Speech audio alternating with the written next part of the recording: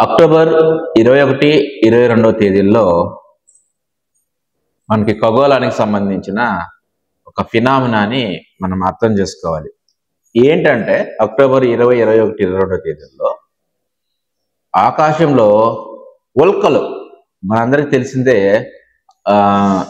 మన అట్మాస్ఫియర్లో రాత్రిపూట వివిధ రకాల కలర్స్తో అలా లైట్ మాదిరి వెలుగుతూ పడుతూ ఉంటాయి అన్నమాట. వీటిని మనం ఉల్కాపాతం అంటాం. అయితే అక్టోబర్ 20, 21, 22వ తేదీలలో మనం దీన్ని చూడవచ్చు. గంటకొచ్చి ఒక 20 దాకా ఉల్కలు అనేవి మనం చక్కగా అజ్మూత్ అంటే నెత్తి మీద నుంచి పడుతూ ఉంటాయి అన్నమాట, మన నెత్తి మీద నుంచి. ఇది ఎందుకు సంభవిస్తుంది అనేది ఫస్ట్ క్వశ్చన్. అంటే ప్రతి సంవత్సరము అక్టోబర్ 21, 22, 23 తేదీలలో ఎందుకు వస్తుంది అంటే, మామూలుగా ఈ ఉల్కాపాతం ఎందుకు జరుగుతుందో మనం ఫస్ట్ ఆలోచించాలి.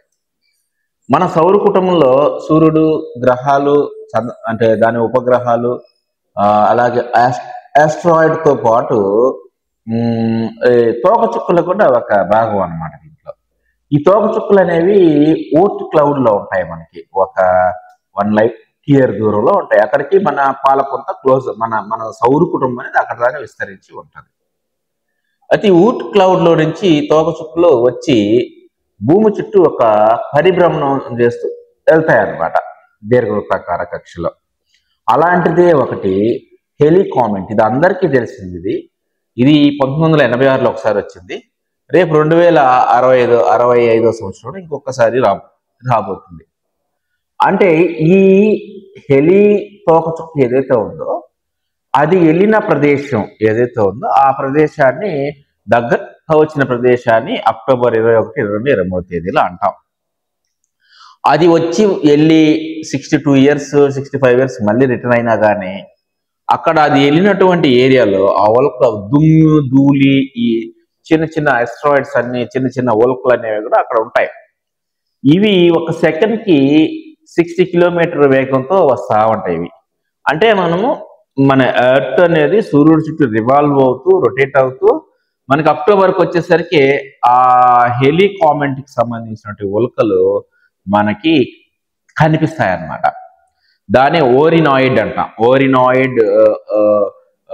ఓరినాయిడ్ లో నుంచి పడతాయి. అంటే ఓరియన్ క్లస్టర్ ఏదైతే ఉందో మనం అంటాం కదా, వేటగాడు అంటాం. బెల్ట్ ఉంది, కత్తి ఉంది అంటే దీన్ని ఓరియన్ కాన్స్టలేషన్స్ అంటాం. ఈ ఓరియన్ కాన్స్టలేషన్ లో నుంచి అప్పుడు మనకి 21, 22, 23 తేదీన 12 గంటలప్పుడు నెత్తి మీద ఉంటాడు ఓరియన్ కాన్స్టలేషన్. ఆ కాన్స్టలేషన్ లో నుంచి ఒక గంటకి ఒక 20 ఉల్క చాలా పెద్ద కలర్స్ గా మనకి అవి భూమి మీద పడుతూ ఉంటాయి. దీన్ని ఉల్కాపాతం అంటాం. దీన్ని ఓరినాయిడ్ ZHR20 అంటాం. అంటే జినితల్ హవర్లీ రేట్ ఫర్ అవర్ వచ్చేసి 20 దాకా మ్యాక్సిమం పడతాయి అన్నమాట. అందువల్ల దీన్ని మనకు అనిపిస్తుంది. అప్పుడప్పుడు ఉల్కలు చూస్తూ ఉంటాం మనము. అంటే సాయంత్రం వేళ, ఉదయం వేళ, మధ్యాహ్నం, నైట్ కనిపిస్తూ తారాస్ పడుతూ ఉంటాయి. దీనికి స్పెసిఫిక్ రీజన్ ఏంటంటే, అదే కాదు, ప్రతి ఇయర్ జెమినాయిడ్ అని రకరకాల పేర్లతో ప్రతి నెల మనకి ఉల్కా ప్రాంతం అనేది జరుగుతుంది. రీజన్ ఏంటంటే, ఏదైనా ఒక చుక్క భూమికి దగ్గరగా వచ్చి వెళ్ళినప్పుడు ఆ దగ్గరగా వచ్చే ఏరియాలో భూమి ఎక్కడైతే ఆ లొకేషన్ ఉందో, కాన్స్టలేషన్స్ దగ్గరగా ఉందో ఆ కాన్స్టలేషన్ బేస్ చేసుకొని ఈ ఉల్కా ప్రాంతం జరుగుతూ ఉంటుంది. అందులో ఇది రేపు జరగబోయే 21, 22, 23 తేదీలో ఉల్కా ప్రాంతం జరుగుతుంది. సో అందరు కూడా అవకాశం ఉంటే పిల్లలు కూడా ఎన్ని ఉల్కలు చూసాము అలాగే నోట్స్ కూడా రాయొచ్చు అనమాట. కలర్స్ ని అలా టార్గెట్ చేయొచ్చు. అవి సెకండ్కి 60 కిలోమీటర్ పర్ సెకండ్ అనే వస్తాయి. అవి వేగంగా వస్తాయి, డిఫరెంట్ కలర్స్ లో ఉంటాయి. మనందరికీ తెలుసు, భూమి అట్మాస్ఫియర్ లోకి ఏ వస్తువు వచ్చినా మండిపోద్ది అనమాట, ఘర్షణ కారణంగా, అట్మాస్ఫియర్ కి సంబంధించిన ఫ్రిక్షన్ కారణంగా. సో ఇది దీని డీటెయిల్స్. సో ఇలాగ మనం ఆలోచిస్తే అంతరిక్షంలో జరిగే ప్రతి చిన్న విషయానికి చాలా సైంటిఫిక్ రీజన్ ఉంటుంది. ఆ రీజన్ ని అర్థం చేసుకోవడం. ఇప్పుడు ఉల్కలు జరుగుతుంటే ఏదో కామన్ గా పడతాయి, కామన్ గా కూడా పడవచ్చు. కానీ what are the methods of justification, ఎందుకు ఉల్కా ప్రాంతం ఈ అక్టోబర్ 21-23 తేదీలో జరిగింది, what are the source of evidence, ఇలాంటి క్వశ్చన్లు సైన్స్ లో పిల్లలకు నేర్పించాలి. ఉల్కా ప్రాంతం పడుతుంది అందరూ చూడండి అంటే అప్పుడు క్వశ్చన్ ఎందుకు పడుతుంది, ఏం జస్టిఫికేషన్ చేశారు, what are the source of evidence, what are the methods of justification అనే క్వశ్చన్స్ పిల్లల చేత అడిగించాలి. Any concept. ఇప్పుడు ఎన్సిఎఫ్ 2023 కొత్త విద్యా విధానం ఏదైతే ఉందో దాంట్లో సైన్స్ లో భూమి తన చుట్టూ తాను తిరుగుతూ సూర్యుడు చుట్టూ తిరుగుతాడు, హీలియోసెంట్రిక్ మోడల్ అని చెప్తారు. ఎవరన్నా చూసినారా?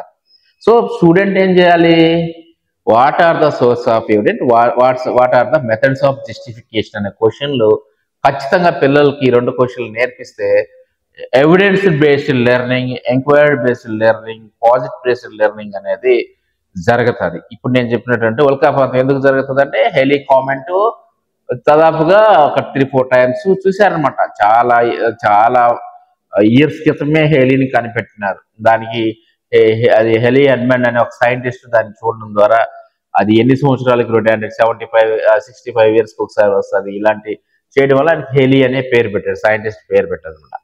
సో చిల్డ్రన్స్, మన చుట్టుపక్కల ప్రపంచంలో మన భూమి మీదే కాదు మన పరిసరాల్లోనే అంతరిక్షంలో జరిగే అద్భుతాలకి రీజన్స్ ని ఎతకాలి. అప్పుడు మనకి బెస్ట్ థింకింగ్ అనేది డెవలప్ అవుతుంది. Okay, thank you.